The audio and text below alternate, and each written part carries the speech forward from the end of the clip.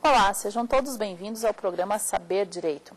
Esta semana nós estamos vendo os benefícios por incapacidade. Na aula de hoje, nós iremos abordar o auxílio-doença. Eu sou a professora Melissa Foman, professora de Direito Previdenciário da Pontifícia Universidade Católica do Paraná e presidente do Instituto Brasileiro de Direito Previdenciário. Se você tiver alguma dúvida sobre o auxílio-doença, sobre os benefícios por incapacidade, mande um e-mail. Encaminhe seu e-mail para direito@stf.jus.br. Pois bem, vamos trabalhar sobre um dos benefícios mais controversos do direito brasileiro e, em especial, para um cidadão comum. Tão controverso que mesmo aqueles que militam na área, às vezes não sabem muito bem como esclarecer o que é um auxílio-doença. Para nós trabalharmos com o auxílio-doença, nós vamos dividi-lo em 3 momentos. No primeiro momento, nós vamos trabalhar com o que é o auxílio-doença efetivamente. Um segundo momento, como será concedido esse benefício. E um terceiro momento, qual o valor desse benefício e as consequências para um futuro benefício. Vamos lá. Primeira questão, o que é o auxílio-doença? O auxílio-doença é um benefício previdenciário que será concedido para a pessoa que preencher os seguintes requisitos. Primeiro requisito, ter qualidade de segurado ao tempo em que a sua incapacidade se manifestar. O que é ter qualidade de segurado? Vamos nos lembrar um pouquinho. Ter qualidade de segurado é aquela pessoa que ou está em gozo de um benefício, ou é aquela pessoa que mantém a qualidade de segurado por até 12 meses após a sua última contribuição como empregado, ou como contribuinte individual, ou como efetivamente trabalhador. Ou ainda, é aquela pessoa que acabou de sair das Forças Armadas e mantém a qualidade de segurado por 3 meses. Ou ainda, é aquela pessoa que paga a previdência porque quer o facultativo. Ou seja, vamos lá esclarecer bem o que é ter a qualidade de segurado. É o artigo 15 da Lei 8.213 de 91. O artigo 15 da Lei 8.213 de 91 diz que mantém a qualidade de segurado. Primeiro, aquele que está em gozo de benefício. Segundo, aquele que está pagando a previdência. Terceiro, aquele que parou de contribuir com a Previdência Social, mas que a sua última contribuição foi como empregado, contribuinte individual, trabalhador avulso, ou seja, obrigatório. Esse vai manter a sua qualidade por 12 meses. Mantém a qualidade, o que saiu das Forças Armadas, por 3 meses. E mantém a qualidade, o facultativo, por 6 meses, a partir do momento que parar de pagar a Previdência Social. Lembrando sempre que se você for um empregado, você poderá prorrogar o seu período de qualidade de segurado, o dito período de graça, por até 36 meses, nos termos dos parágrafos 2º e 3º do artigo 15. Como assim? Vamos nos lembrar. Se a sua última contribuição foi como empregado, e se ao tempo da sua última contribuição você tinha 120 contribuições, você terá direito à prorrogação da sua qualidade de segurado por 24 meses. Então, você não pode ficar sem pagar o INSS 12 mais 12. Agora, se a sua última contribuição se deu como empregado, se você ficou 120, você já tinha 120 contribuições, e se você se encontra desempregado durante esse período de 12 ou de 24 meses, você pode prorrogar a sua qualidade de segurado por 36 meses sem pagar a Previdência Social. Já se você não era empregado, você era o autônomo, hoje chamado de contribuinte individual, e você tinha mais de 120 contribuições quando parou de pagar a Previdência, você vai manter a sua qualidade de segurado, ou seja, o seu direito a não pagar a Previdência e mesmo assim ter os benefícios, por até 24 meses. Então, vamos lá. Primeira regrinha, eu tenho que ter qualidade de segurado. Então, ou eu estou pagando, ou estou em benefício, ou estou no 12, 24 ou 36. Primeira questão. Segunda questão que eu tenho que ter em mente é que a minha incapacidade tem que ser anterior, tem que ser posterior à minha aquisição e anterior ao momento que eu peço efetivamente o benefício. Ou seja, Quando eu fui para a Previdência, eu não posso estar incapacitado. A minha incapacidade não pode ser pré-existente. E, ao mesmo tempo, ela tem que ser anterior ao meu pedido do benefício, porque senão eu não terei o que tanto a jurisprudência fala, interesse de agir. Por que isso? E por que isso é importante? Por que eu tenho que ter incapacidade depois de vir para a Previdência e antes de pedir o benefício? Por um fator. Ser segurado, a lei definiu o que é. Incapacidade, a lei não definiu o que é. Ela só disse para você que você não pode ter incapacidade pré-existente. Mas daí vem uma questão. O que é incapacidade pré-existente? O segundo requisito do auxílio-doença. Vamos lá. Primeira coisa a se ter em mente é que o termo correto para o auxílio-doença não é auxílio-doença. Deveria ser auxílio por incapacidade. Sabe por quê? Porque todas as pessoas imaginam que o simples fato de estarem doentes lhes dará o direito ao auxílio-doença, porque o nome do benefício é auxílio-doença, quando não é verdade. Quando eu quero auxílio-doença, eu não tenho que provar que eu estou doente, eu tenho que provar que eu estou incapacitado. Incapacitado para quê? Para o meu trabalho? Cuidado, avisos gigantescos aqui. O auxílio-doença é um benefício que será concedido a quem provar incapacidade para a sua atividade habitual ou para o trabalho. O que significa isso? Significa que eu tenho pessoas que irão receber o auxílio-doença e não trabalham. Por exemplo, um estudante. Mas como que o estudante vai receber o auxílio-doença se ele não está trabalhando? Ora, vamos lá. O primeiro requisito é ter qualidade de segurado. Vamos supor que esse estudante tem um pai e esse pai escolheu contribuir para o filho como facultativo. Ele tem qualidade de segurado. Daí esse filho se tornou incapaz após começar a pagar as suas contribuições. Ora, ele não tem trabalho, então não é incapacidade para o trabalho. Mas ele está incapacitado para a sua atividade habitual. Qual a atividade habitual? Ora, a atividade habitual de estudante. Logo, a primeira questão a se ter em mente, o auxílio-doença não tem como pré-requisito incapacidade para o trabalho. Ele tem como pré-requisito incapacidade para o trabalho ou para a sua atividade habitual. A partir disso, nós vamos analisar o terceiro requisito. Qual é o terceiro requisito? Ter cumprido carência. O que é carência? Vamos nos lembrar. O artigo 26 da Lei 8.213 especifica para vocês o que é carência. Carência é o número mínimo de contribuições que uma pessoa tem que ter pago para ter direito a um benefício previdenciário. Só que alguns benefícios que estão lá no artigo 26 irão dispensar carência, outros irão exigir carência. O auxílio-doença, nós vamos ter dois momentos. Na aula de hoje, nós vamos analisar o auxílio-doença comum. Esse necessita de uma carência de 12 contribuições mensais.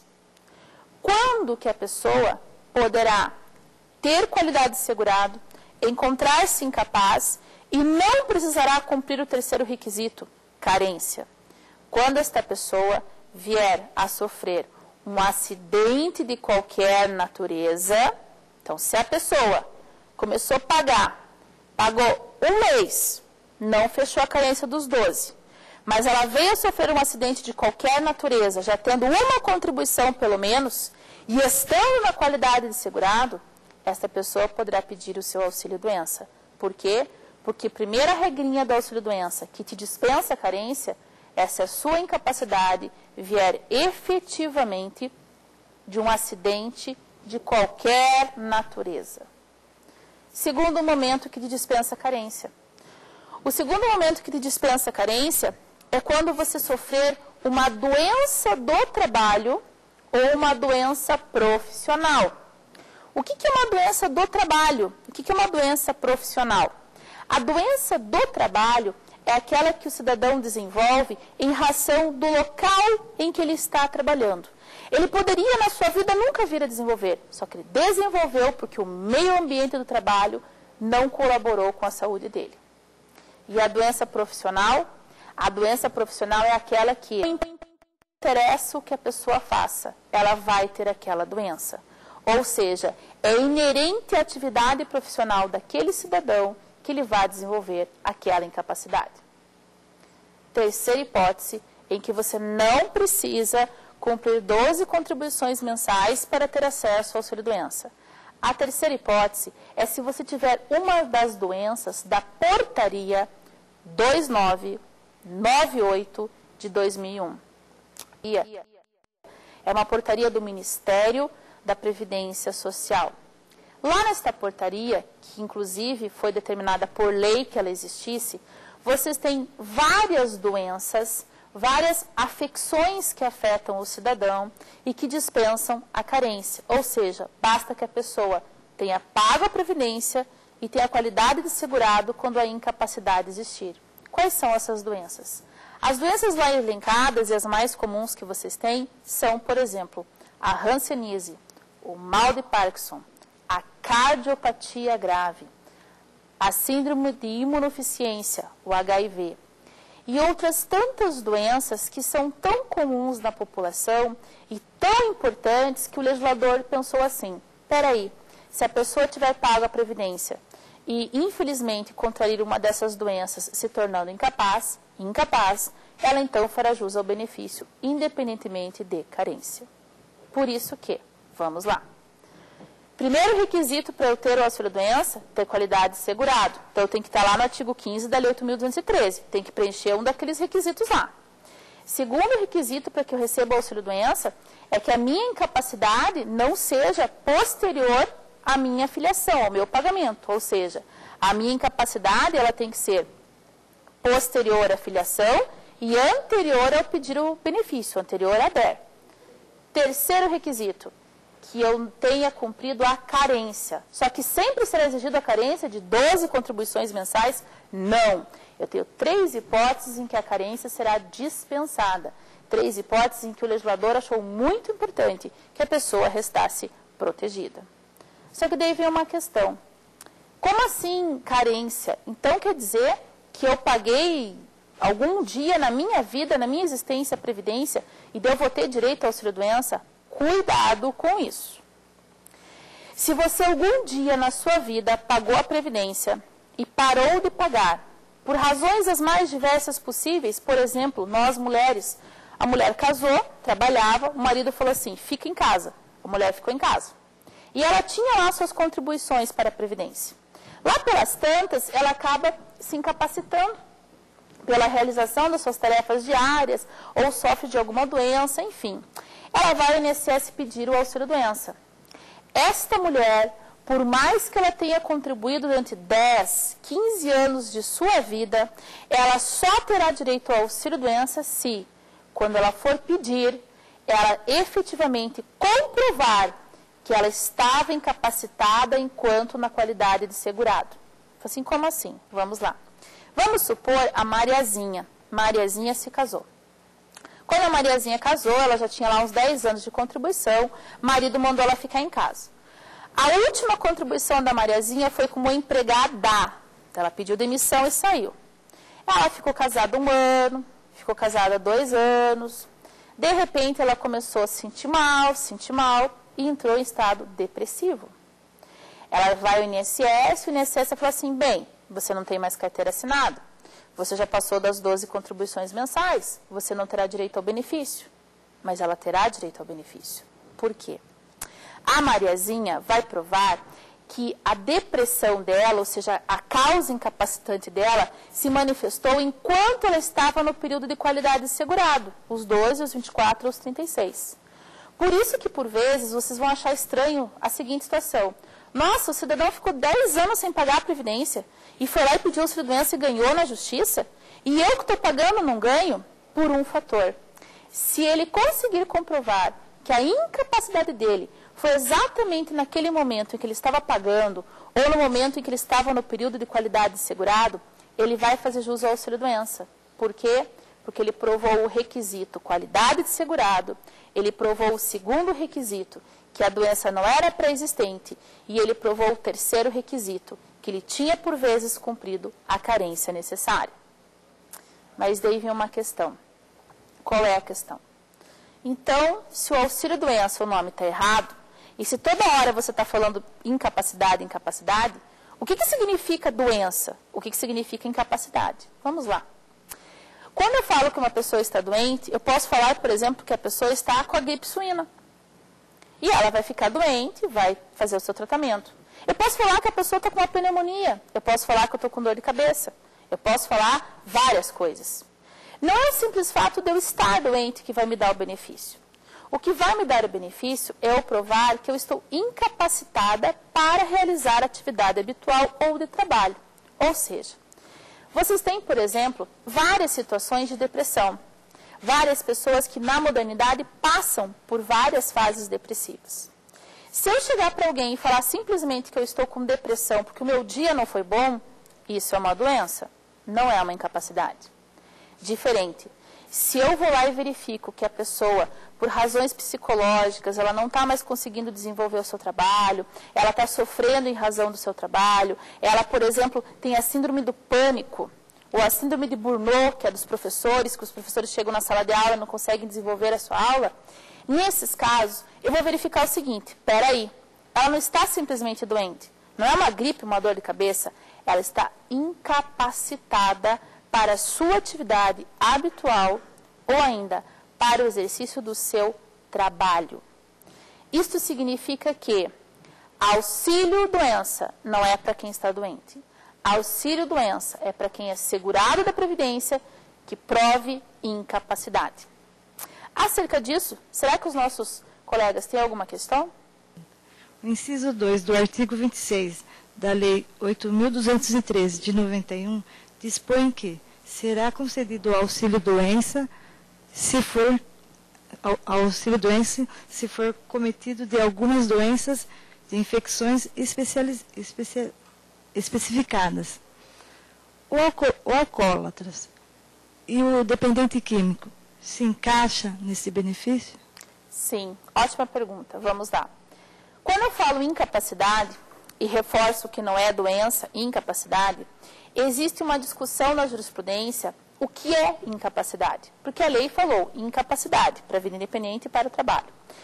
E o que se entende por incapacidade? Que é qualquer afecção, qualquer manifestação física, psíquica ou biológica que incapacite você para o seu exercício da sua atividade habitual. Por exemplo, a colega nos perguntou sobre os consumidores de droga e os alcoólatras. Estas pessoas, por vezes, a sociedade olha e fala assim, não, aquela pessoa ali, ela não quer trabalhar de preguiçoso. Não. O STJ, em reiteradas decisões, e a Turma Nacional de Uniformização já disse o seguinte, incapacidade para fins jurisprudenciais é aquela em que resta comprovado que a pessoa está incapaz por razões psíquicas, razões físicas ou razões sociais. Exemplo, um alcoólatra. O alcoólatra, por vezes, você vai olhar para ele e vai falar assim, ele está super bem, ele pode trabalhar. Só que essa pessoa vai para o seu trabalho, começa a frequentar os alcoólicos anônimos, começa a tomar alguns medicamentos. Esses medicamentos, por vezes, geram no alcoólatra náusea, tontura. Vamos supor que essa pessoa seja, um exemplo claro disso, um eletricista.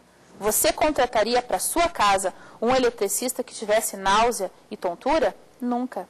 Logo, eu não analiso a doença genericamente falando, eu analiso a pessoa enquanto incapacidade.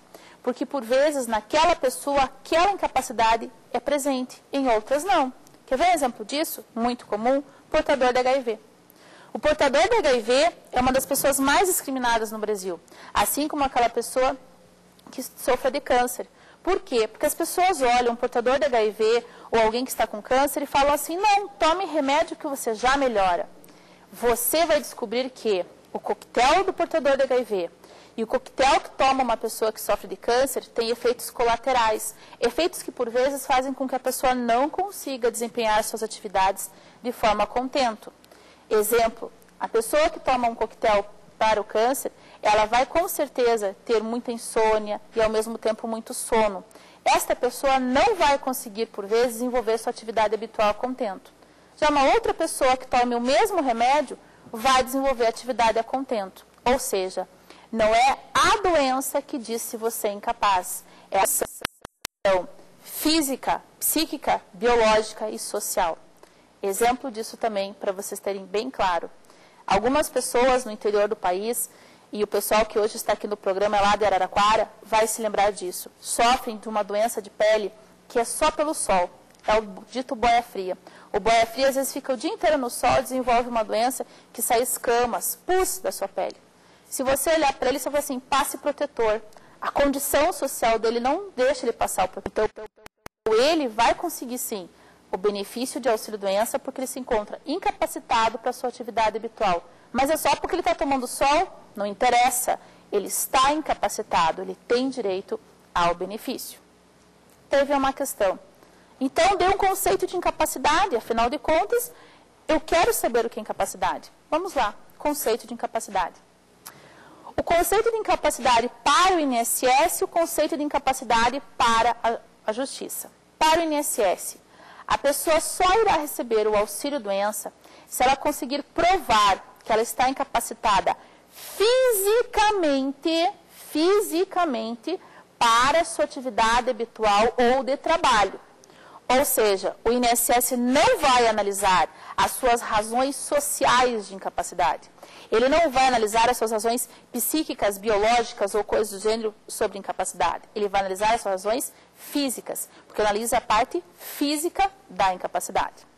Já a Justiça vai analisar a sua incapacidade psíquica, física, biológica e social. Por isso que vocês vão ver, por exemplo, pessoas que no INSS não ganham de jeito nenhum o benefício de auxílio-doença. E quando elas vão à Justiça, elas ganham. Exemplo muito comum disso, as pessoas com a depressão. Por vezes o INSS fala que a pessoa tem que só ser readaptada. E quando ela vai à Justiça, ela prova que ela não consegue readaptação e tem que se afastar. Mas daí vem uma questão. Desde quando que ela vai receber o auxílio-doença? Que nós já sabemos que o nome está errado, que o correto seria auxílio por incapacidade. Mas vamos deixar o nome errado mesmo, auxílio-doença. Quando que ela passará a receber? Vamos lá. Se essa pessoa se tornar incapacitada para a sua atividade habitual ou de trabalho, e ela for empregado, ela passará a receber o auxílio-doença a partir do 16º dia da sua incapacidade. Ou seja, 15 dias quem paga o auxílio-doença é a empresa para a qual a pessoa trabalha, o seu empregador. Durante 15 dias, ela vai pegar o atestado, vai levar na empresa e a empresa vai afastá-la por 15 dias.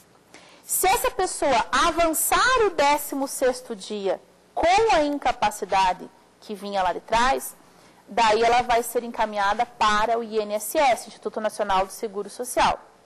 O INSS, a partir do 16º dia, passa a ser o responsável pela concessão do auxílio-doença àquela pessoa.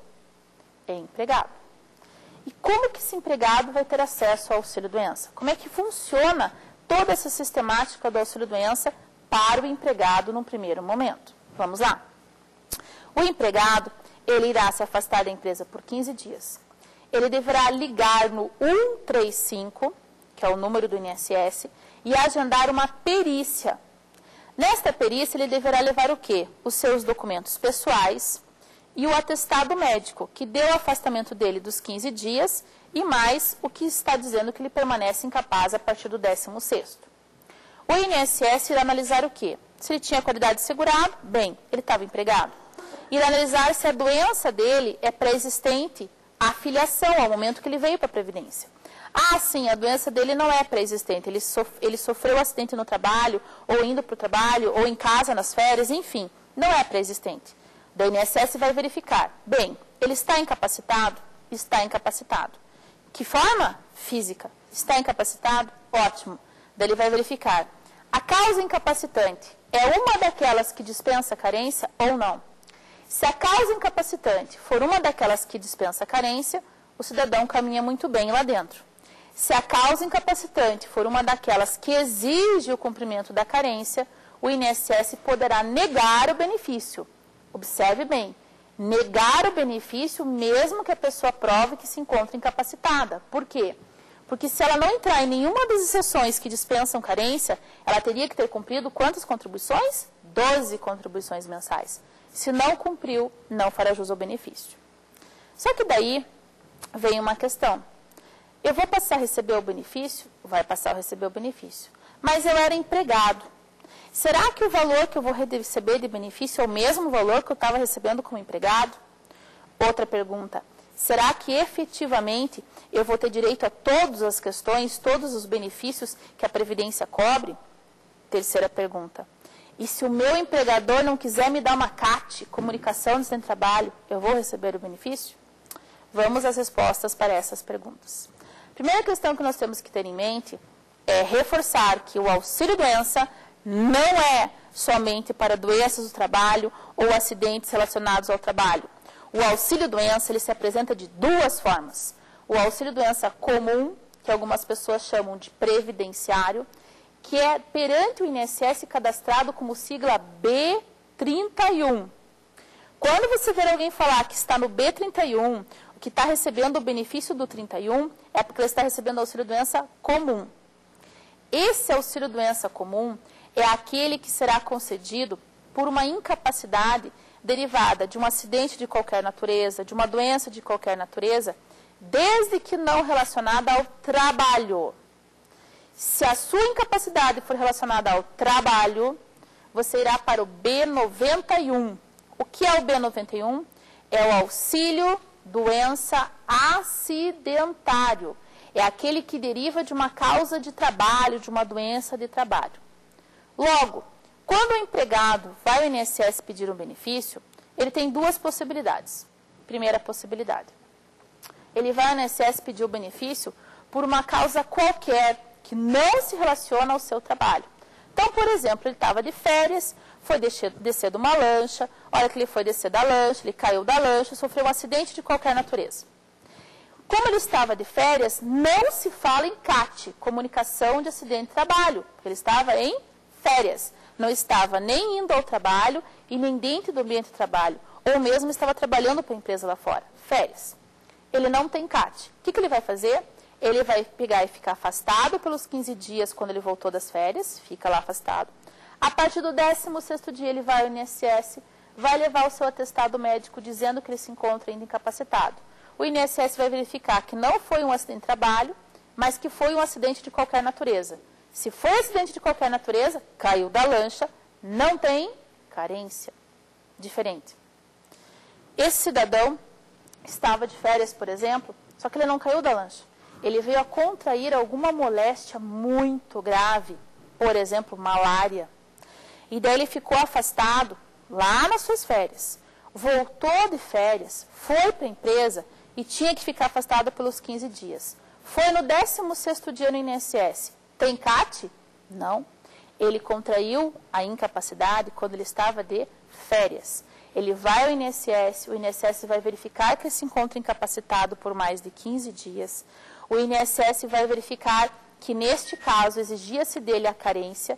Ele vai verificar se ele cumpriu a carência para receber, então, o auxílio doença comum, o B31. Terceiro caso. O cidadão caiu da lancha, só que ele era o motorista da lancha.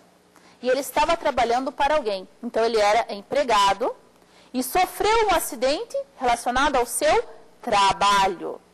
Neste caso, seja por acidente do trabalho, doença profissional, a empresa irá emitir uma CAT, comunicação de acidente do trabalho. Esse cidadão irá até o INSS a partir do 16º dia, levando a sua CAT, comunicação de acidente de trabalho. Irá apresentar a CAT, comunicação de acidente de trabalho, lá no INSS. O INSS irá verificar: 1. Estava empregado, qualidade segurado. 2. Incapacidade não é pré-existente, porque ele acabou de sofrer a incapacidade. 3. Como foi um acidente do trabalho, dispensa-se carência. Então, nós vamos passar a pagar o auxílio-doença para aquela pessoa que se encontra incapacitada para o seu trabalho há mais de 15 dias. Daí, vamos lá. Será que essa pessoa vai passar a receber o benefício de qualquer forma? E será que esse benefício B91 ele vai se configurar desta forma? Observem. Na aula de hoje, nós não vamos trabalhar com auxílio-doença acidentário, nós vamos trabalhar só com auxílio-doença comum, que é aquele concedido por qualquer causa não relacionada ao trabalho. Quando nós vamos trabalhar com auxílio-doença acidentário, na próxima, vamos ver que várias foram as mudanças promovidas em novembro de 2009. Dentre elas, se o cidadão não levar a CAT, comunicação de acidente de trabalho, ele vai ficar sem benefício? Não. Por quê? A CAT, comunicação de acidente de trabalho, desde novembro de 2009, se tornou um mero instrumento estatístico. Por que um mero instrumento estatístico? Porque em 2007, nós tivemos uma alteração na lei, que foi a criação do nexo técnico epidemiológico. Com a criação do nexo técnico epidemiológico, como que você tem hoje a configuração de um acidente de trabalho? Basta que o seu empregado pegue o atestado médico, leve no INSS. O INSS vai cruzar a CID, que é o Cadastro Internacional de Doenças que consta naquele atestado, com o CNAE da sua empresa, Cadastro Nacional de Atividades Econômicas. Se aquela doença que está lá no atestado do seu funcionário for equivalente a uma doença que pertence à sua atividade econômica, você automaticamente configura o acidente de trabalho e a empresa que vai ter que se defender depois para afastar o acidente de trabalho. Caso contrário, caso não seja um acidente de trabalho, seja uma doença comum, vamos então perquirir qual seria o valor disso. O valor do auxílio-doença comum é de 91% do salário de benefício. Você fala assim, mas isso é muito fácil, eu leio na lei. Cuidado com isso. 91% do salário de benefício significa o que na prática? Você vai falar assim, a lei diz aqui para mim, que é 91% da média aritmética simples, dos 80% maiores salários de contribuição, de todo o período contributivo da pessoa. Daí você vai para a jurisprudência e não vê aquilo sendo aplicado. Daí você vai para a prática e não vê aquilo sendo aplicado. E você fica numa dúvida. Ué, será que a jurisprudência está dizendo contra a lei? Porque a lei diz que a média é de 80% de todo o período contributivo. Não, é que você tem uma regrinha de transição no auxílio-doença, pouco conhecida pelas pessoas. Qual é a regrinha? A regrinha de transição do auxílio-doença é de que aquelas pessoas que já pagavam a Previdência até 24 de novembro de 99, essas pessoas terão o cálculo da seguinte forma: 91% da média aritmética simples dos 80% maiores salários de contribuição de julho de 94 para cá. Por quê? Porque essas pessoas já estavam no sistema. Então, eu pego toda a média de julho de 94 para cá, faço a média e multiplico por 91%. Exemplo. Todo mundo acha que quando vai para o auxílio-doença vai ganhar a mesma coisa que ganha enquanto empregado, no seu salário. Não. Vai ser feita uma média. E vamos supor que essa média deu resultado de R$1.000. Quanto você vai ganhar do auxílio-doença? 91% de R$1.000, ou seja, R$910. Isso, por vezes, é mais do que o salário da pessoa, e por isso que ela quer continuar sempre no auxílio-doença. Assim como, por vezes, é muito abaixo, e ela não entende, ela quer ir ao judiciário, quer brigar com o juiz. Não existe briga. É uma regra matemática prevista na lei. Eu vou pegar uma média, se você era anterior a 99 no sistema, os 80% maiores salários de contribuição seu, de julho de 94 para cá. E vou te dar o resultado da média por 91. Mas isso eu entrei no sistema no dia 25 de novembro de 99. Opa! Se você entrou no sistema no dia 25 de novembro de 99, a sua média é diferente. É 91% da média aritmética simples, os 80% maiores salários de contribuição de todo o período contributivo. Assim, então é aqui que entra a lei? É só aqui que entra a lei. A lei não especificou para você a regrinha de transição diretamente. Ela delegou para terceiros fazerem isso. Que terceiro? O decreto 3.048 de 99. Lá vocês vão ver que existe uma regrinha de transição. Ou seja, quem entrou até 24 de novembro, média de julho de 94 para cá. Quem entrou depois de 99, média de todo o período contributivo. Então, vamos ver se agora alguém tem algum questionamento sobre o nosso auxílio-doença. Vamos lá? Meu nome é Daniel. Eu queria saber se quem recebe auxílio-doença pode fazer um empréstimo consignado. Ótima pergunta. principalmente para os nossos idosos que por vezes contribuem em casa e que precisam fazer o empréstimo consignado para auxiliar na casa. A legislação que prevê o empréstimo consignado, que foi alterada inclusive agora no dia 12 de janeiro de 2010, ela diz o seguinte, que o empréstimo consignado poderá ser concedido àqueles que recebam benefícios previdenciários. Como o benefício previdenciário é o auxílio-doença, em tese você até poderia pleitear o empréstimo consignado. Só um aviso, esta transição da lei permitindo o empréstimo consignado para todas as pessoas que recebam benefícios previdenciários não atingem quem? Aquelas pessoas que recebam benefícios assistenciais, porque os benefícios assistenciais não têm qualquer vínculo com a Previdência, a não ser o pagamento. Só que daí nos vem a questão. Então, eu vou receber 91% do salário de benefício. Se eu for anterior a 99, é uma média, se eu for posterior a 99, é outra média. Ótimo, então eu já esclareci minha dúvida, qual é o valor. Só que daí vem uma outra dúvida. O que é uma doença pré-existente, uma incapacidade pré-existente? Vamos lá. Incapacidade pré-existente é aquela que a pessoa, quando veio para o sistema previdenciário, já tinha manifestado. Como assim já tinha manifestado? Exemplo, infelizmente comum. A pessoa não paga, não paga, não paga. Daí ela começa a sentir umas dores nas costas. Daí ela, ai, tá doendo. Daí ela não paga. Daí ela começa a sentir dificuldade para andar. Daí ela não paga. Daí ela começa a ter dificuldade para sentar, para se locomover, daí ela resolve pagar. Nestes casos, como a pessoa esperou a incapacidade se manifestar nela, para daí ela pagar a Previdência, ela não terá direito ao auxílio-doença, porque você irá dizer que a incapacidade é pré-existente ao pagamento da Previdência. Diferente. A pessoa estava bem, fez exames, estava tudo certo. Só que ela foi para a Previdência e um tempo depois, uns 2 ou 3 anos depois, ela desenvolveu um problema na sua coluna. E quando ela foi fazer o exame da sua coluna, ela descobriu que aquilo lá era genético. E que ela poderia nunca na vida dela ter desenvolvido aquele problema. Por exemplo, ela poderia ter sido advogada e nunca ter problema. Mas infelizmente ela escolheu ser costureira, por exemplo. E daí ela ficou muito tempo sentada no mesmo estado, da mesma forma. E daí a doença desenvolveu. Neste caso, como a pessoa só desenvolveu a doença, a incapacidade efetivamente, depois que ela tinha começado a pagar a Previdência, e ela só desenvolveu essa incapacidade em razão de aqueles fatos objetivos do seu trabalho, mesmo que você diga que a doença é pré-existente, a incapacidade não o é. E olha a diferença importantíssima entre você falar doença e incapacidade. Mesmo que você me diga a doença pré-existente, a incapacidade da pessoa não era pré-existente. Ela só veio a ocorrer, ela só veio a se manifestar efetivamente por alguma causa que a pessoa desenvolveu pós-contribuição. Nesses casos, na jurisprudência, a pessoa conseguirá o benefício. Já no INSS, a história não é bem assim. Lá no INSS, o que eles irão verificar? Eles irão verificar a data do início da doença. Quer ver um exemplo disso?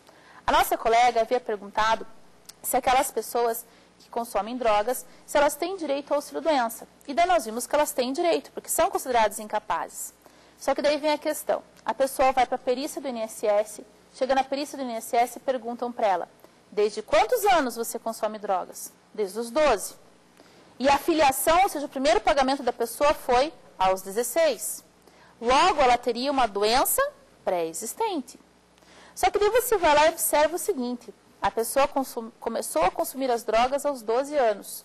Só que com 16, ela começou a pagar a Previdência e ela só foi se tornar incapacitada para a sua atividade habitual ou para o trabalho aos 22, 23 anos, ou seja, ela durante muito tempo trabalhou, contribuiu, sem ter qualquer manifestação de incapacidade. Logo, cuidado com a diferença entre doença pré-existente e incapacidade pré-existente.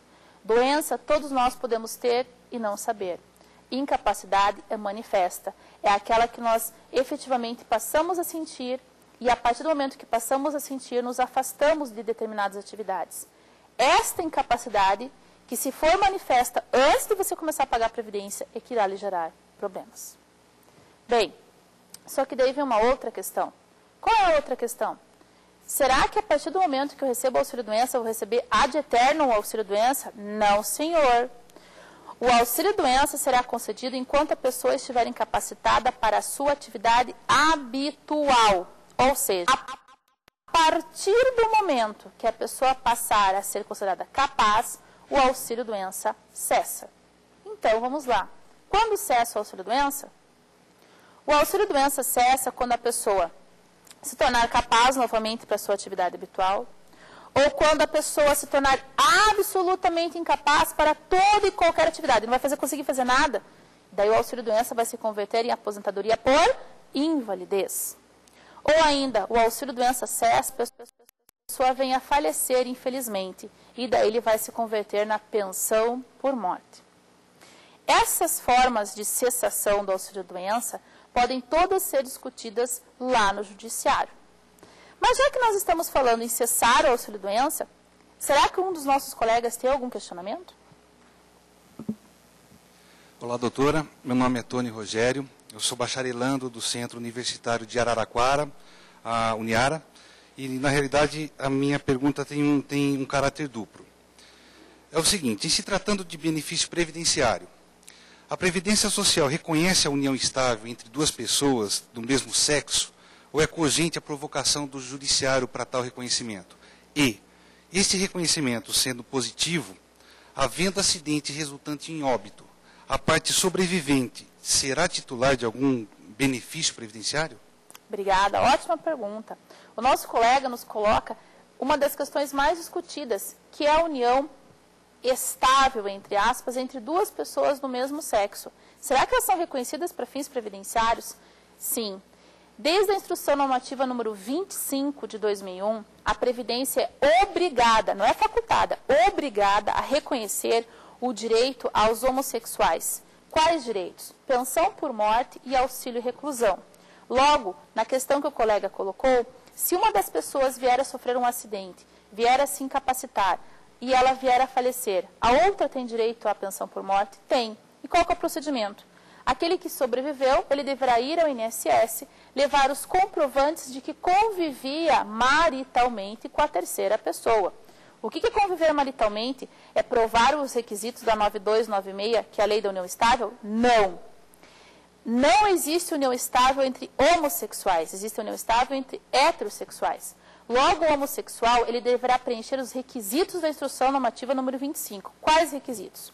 Ele deverá comprovar que tinha, por exemplo, conta conjunto em comum, fotos em que apareciam socialmente como se fosse um casal, plano de saúde em que um fez para o outro, endereço comum com comprovante de renda, comprovante de energia elétrica, declaração de imposto de renda em que um disse que o outro era seu dependente. Então, documentos que provem esta relação homoafetiva.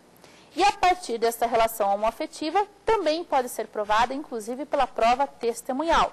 Lembrando, contudo, não vale a prova exclusivamente testemunhal. Você tem que ter pelo menos um início de prova. E aqui vale mais um aviso. Se por acaso você tiver problemas lá no INSS com a comprovação da união homoafetiva, isso é normal, por quê? Porque o INSS tem que fazer o que diz a lei. E a Instrução Normativa exige que você apresente pelo menos 3 documentos formais de que tinha união afetiva. Já na jurisprudência, basta um documento corroborado por prova testemunhal. E essa pessoa fará jus ao benefício. Logo, eu posso ter o auxílio-doença sendo convertido em pensão por morte. Daí vem a questão. Espera aí, quando converter na pensão por morte, qual que é o valor da pensão? O auxílio-doença era 91% do seu salário de benefício. A pensão por morte é 100% do seu salário de benefício. O que significa isso? Que se você estava recebendo, o cidadão em vida, R$ 910 e ele veio a morrer, o seu pensionista não vai receber R$ 910 de pensão por morte, ele vai receber os 1.000 a que tinha direito. Como assim os 1.000? Vamos lá, voltar no nosso cálculo. Fizemos a média aritmética simples, 80% maiores salários de contribuição de todo o período contributivo do cidadão. Deu 1.000. Ele foi para o auxílio-doença, 91% de 1.000, R$ 910. Ah, não, agora ele quer pensão por morte? Opa, então tem que readaptar a média. Lembrando aqui o seguinte, o que é readaptar a média? Significa que todo o período que a pessoa esteve em auxílio-doença entra na média dos 80% maiores salários de contribuição da pessoa. Ou seja, se ela ficar 3, 4 anos no auxílio-doença, esses 3, 4 anos não vão diminuir a minha média? Não, senhor, porque esses 3, 4 anos entram na regrinha de cálculo da sua pensão por morte, ou da sua aposentadoria por invalidez, ou da sua aposentadoria em geral. E sobre isso, será que nós temos mais alguma questão que venha lá de fora? Vamos ver. Meu nome é Sônia, eu gostaria de saber se dona de casa tem direito a auxílio-doença. Ótima questão, dona Sônia. Sim, as donas de casa sempre tiveram direito ao auxílio-doença. Basta que elas paguem a previdência. E paguem de que forma? Como facultativas. Elas podem comparecer a uma agência do INSS. Lá no INSS, faça o cadastro de facultativa, contribua no cadastro 1406, que é o Código de Recolhimento do Facultativo, com 11% do salário mínimo. Se a senhora sofrer um acidente de qualquer natureza, a senhora já terá direito automático ao auxílio-doença, porque teve pago a previdência. Agora, se a senhora sofrer de qualquer outra doença, que não seja aquelas da portaria 2998/2001, e não seja um acidente de qualquer natureza, daí, dona Sônia, cuidado, a senhora tem que ter pago 12 contribuições mensais para fazer jus ao auxílio-doença comum. Acerca disso, vamos analisar como ficou o nosso auxílio-doença, então. Quais são as regras objetivas do auxílio-doença? Então, vamos lá. Esse auxílio-doença que nós estamos falando é aquele auxílio-doença que não deriva de acidente de trabalho, não deriva de uma doença de trabalho. É um auxílio-doença que nós vimos para o empregado, mas que todas as regrinhas que eu falei para o empregado valem para o contribuinte individual, que é o nosso antigo autônomo, e valem para o nosso facultativo, que é o exemplo da pergunta da dona Sônia. Ou seja, aquele trabalhador autônomo tem direito ao auxílio-doença? Aquele dono da banquinha de jornal, que você compra o seu jornal todo dia? Tem. Será que o taxista tem direito ao auxílio-doença? Tem.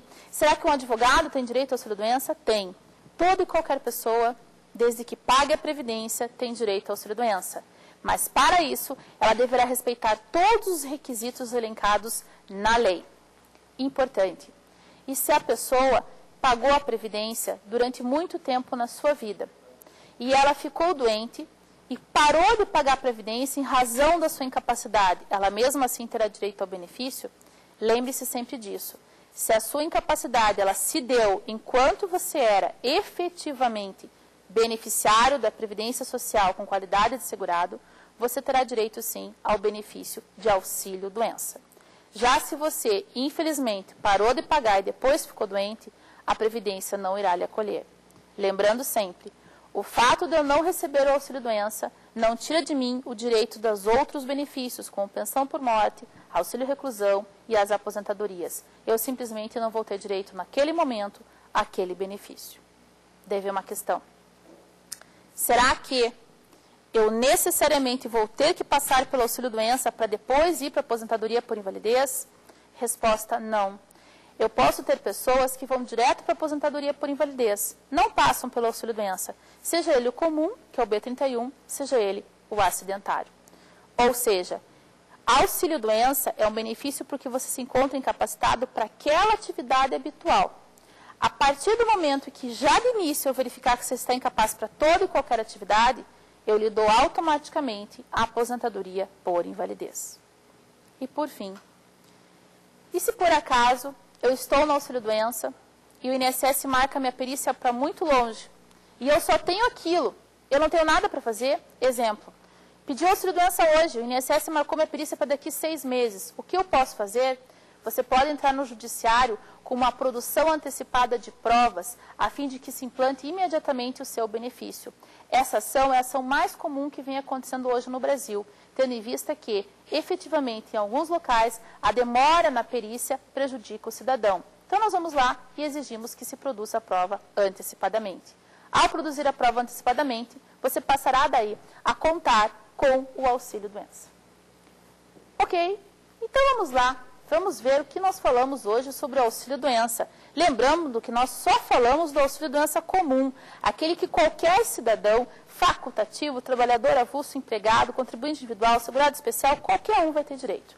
O que nós temos que ter em mente? Primeiro, o nome do benefício está errado. Não é auxílio-doença, é auxílio por incapacidade. Segundo, para que você tenha direito ao auxílio por incapacidade, dito auxílio-doença, você terá que provar que, 1, você tem qualidade de segurado. 2, que a sua incapacidade não é a doença. Incapacidade é anterior à sua afiliação ao sistema, ou seja, ao momento que você passou a pagar o sistema.